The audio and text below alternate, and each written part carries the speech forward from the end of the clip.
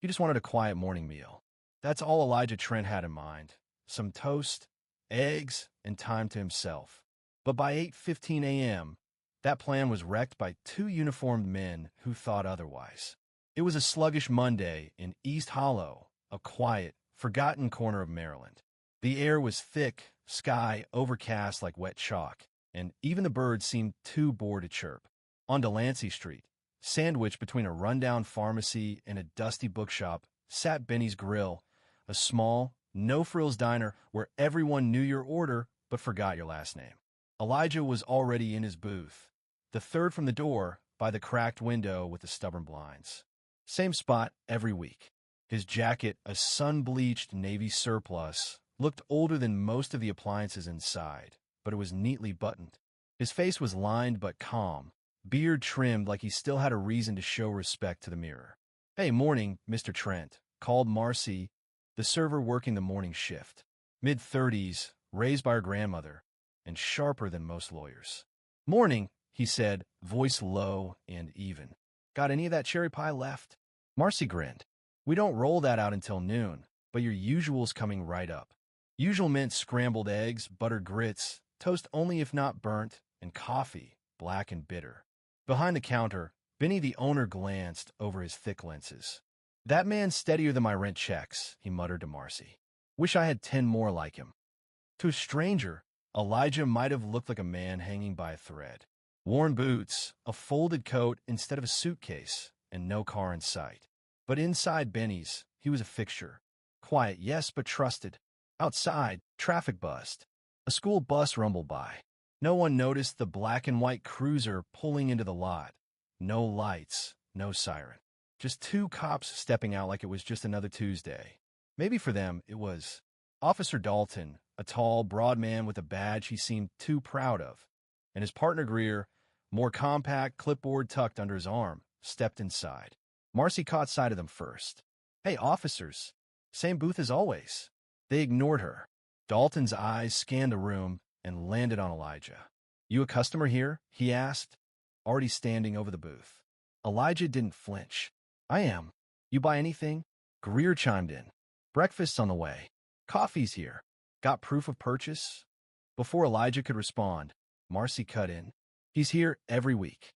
Always pays." Dalton didn't look at her. "Did I ask you?" Benny raised his voice from behind the grill.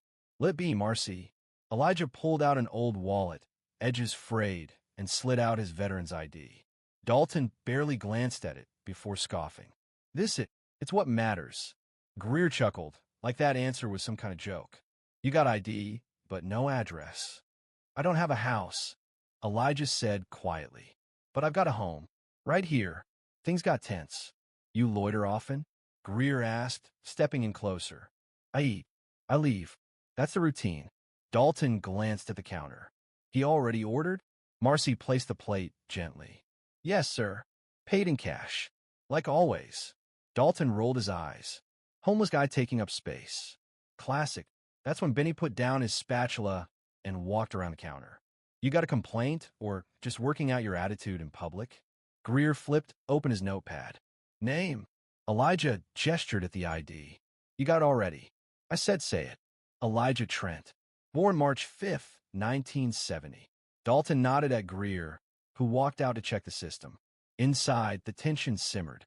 Elijah picked at his food. "I served overseas," he said quietly. "2 deployments. Worked until my knees gave out. I pay what I owe. I don't ask for favors." Dalton leaned in. "Maybe try asking for a job instead of sitting here soaking up heat." Marcy's voice cut through like a whip. "You got retirees who sit here 4 hours over 1 cup. Nobody bothers them." The diner went still, until Elijah pulled out something no one expected, a battered flip phone. He pressed one button. "Who are you calling?" Dalton asked, stepping forward. Elijah didn't answer. He lifted the phone to his ear. "It's happening again," he said calmly. What followed was silence heavy enough to shake the ceiling tiles. 10 minutes later, the diner door swung open hard. In walked a man in a dark overcoat, clean-shaven with a folder in his hand, moving like he didn't need a badge to be respected. "Agent Donovan, Justice Bureau," he announced, flashing his credentials. "Officers, I want badge numbers." "Now." Dalton hesitated.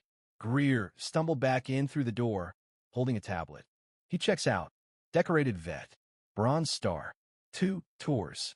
Agent Donovan's tone cut cold. You questioned a veteran without cause. You'll be hearing from internal. Dalton puffed up. You're not our supervisor. No, Donovan said. I'm your reckoning. He turned to Elijah, nodding. You good? I'm now, Elijah said. The cops walked out. Heads low. Later, a teenager popped into the diner, holding her phone like a trophy. You're the guy from the clip, right? What clip? Elijah asked. Your whole thing's online. Body cam footage. You're viral. Elijah blinked. Already, people are calling you the quiet soldier, she said. Hashtag Elijah Trent is blowing up. He shook his head. I didn't ask for that. No, Marcy said softly. But maybe it's what this town needed. By nightfall, networked for airing the footage. Interviews. Photos of Elijah in the service. A forgotten name now being shared by thousands. Offers came. A place to live. A job. A formal apology. I don't want an apology, Elijah told Donovan later. I want people to see us. Now they do, Donovan replied. And they won't forget. But Elijah knew better. The headlines would fade. The lights would die down. Still, something had shifted. 1 week later, in that same booth, Elijah stood up and addressed the regulars. I'm not a hero, he said. I'm just a man who wanted breakfast. People listened. And sometimes, that's all it takes. Elijah didn't become a hero because he wanted to. He didn't rehearse speeches or chase headlines. All he did was sit in a diner, in a booth no one ever fought over, and refused to be erased. And somehow, that was enough to wake people up. But what happened in that small-town restaurant wasn't just about one man or one bad morning. It was about how easy it is to look away from someone who doesn't fit the picture. A man with a worn jacket and tired eyes. Someone who's given more than he's ever received. Someone who never asked for recognition, but has every right to demand it. That morning wasn't just about Elijah.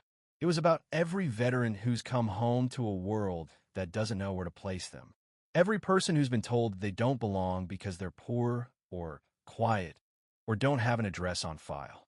It was a reckoning, not with violence, but with silence finally breaking. What made Elijah different wasn't that he stood up. It's that he didn't have to.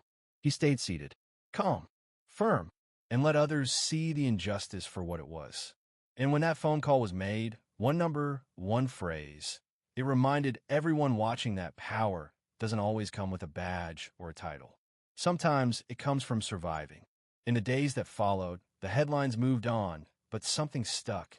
At the diner, the regulars still showed up. Marcy still refilled mugs without asking. Vinny still grilled his eggs just the way Elijah liked them. The difference was in the glances, now longer, more thoughtful. It was in the way people held the door open for him, not out of pity, but out of earned respect. Elijah didn't want fame. He didn't need a hashtag. What he needed was peace. A place to rest without having to explain himself. A table to sit at without being questioned. A morning to just be a man eating breakfast. And maybe that's the message. That dignity shouldn't be reserved for those who shout the loudest or wear the cleanest suits. That kindness isn't charity. It's a choice. And that the quietest people in the room often carry the heaviest burdens. Elijah Trent reminded a country that respect isn't something you wait to give until someone's gone. You give it now, while they're still here, still breathing, still trying, still showing up. Because sometimes justice starts with breakfast and ends with the world finally paying attention.